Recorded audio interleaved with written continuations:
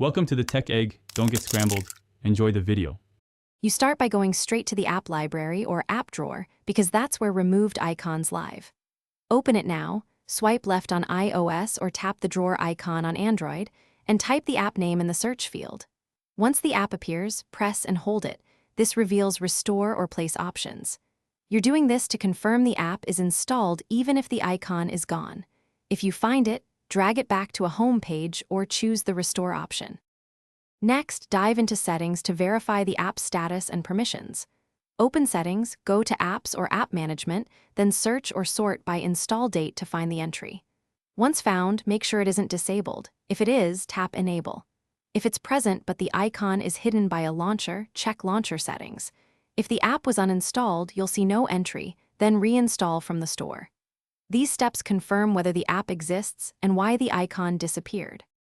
Finally, restore the icon or reinstall to finish. Enter your launcher's edit mode or long press the home screen, select Widgets or Apps, find the app and drop it onto a page. If it's missing entirely, reinstall from the App Store or Play Store and then place it. Once done, make sure the icon isn't in a hidden folder. If things go wrong, restart the device first. If that fails, check Hidden App Settings or reset the launcher.